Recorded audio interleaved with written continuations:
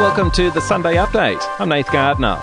It's been revealed a man, the latest to test positive to coronavirus and linked to the person behind Queensland's latest COVID scare, hosted a party with 25 people while waiting for his test results. All 25 have been forced into quarantine. The man in his 20s is a close contact of a 26-year-old man who tested positive on Thursday. Australia has reached a significant milestone in the fight against the pandemic, with 500,000 Australians vaccinated. However, many clinics are still waiting for doses to arrive. A clinic in Port Stephens in New South Wales, set up to administer up to 1,000 jabs a day, has been told by the federal government it'll only be receiving 50 a week. The JobKeeper subsidy has ended. Full-time workers will no longer receive $1,200 a fortnight, and no more for part-time workers who were receiving $750.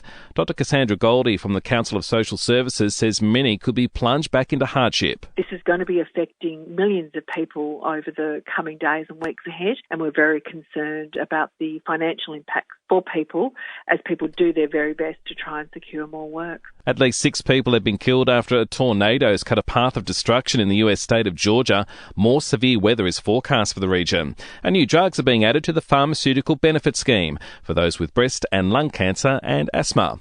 To sport, in the AFL, Melbourne proved too strong for St Kilda at Marvel Stadium, getting up 91-73.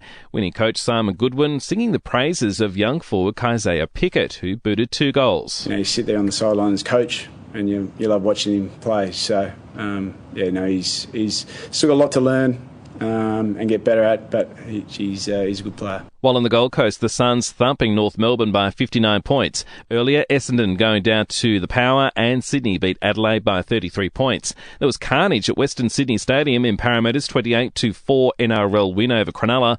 5 Sharks players failed to finish the match due to injury. Meanwhile, Canterbury failed to score against the Brisbane Broncos 24-0, and New Zealand getting up in a tight one against Canberra. In entertainment news now, musicians Keith Urban and Delta Goodrum were some of the big names in attendance for the official opening of the musical Hamilton in Sydney. Premier Gladys Berejiklian also attending, and media personality Jessica Rowe was there in her first outing since her car caught fire during the week.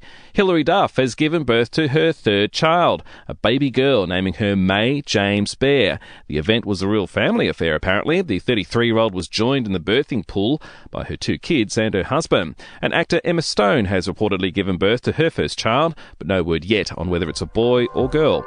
And we'll see you tomorrow morning for another episode of The Update.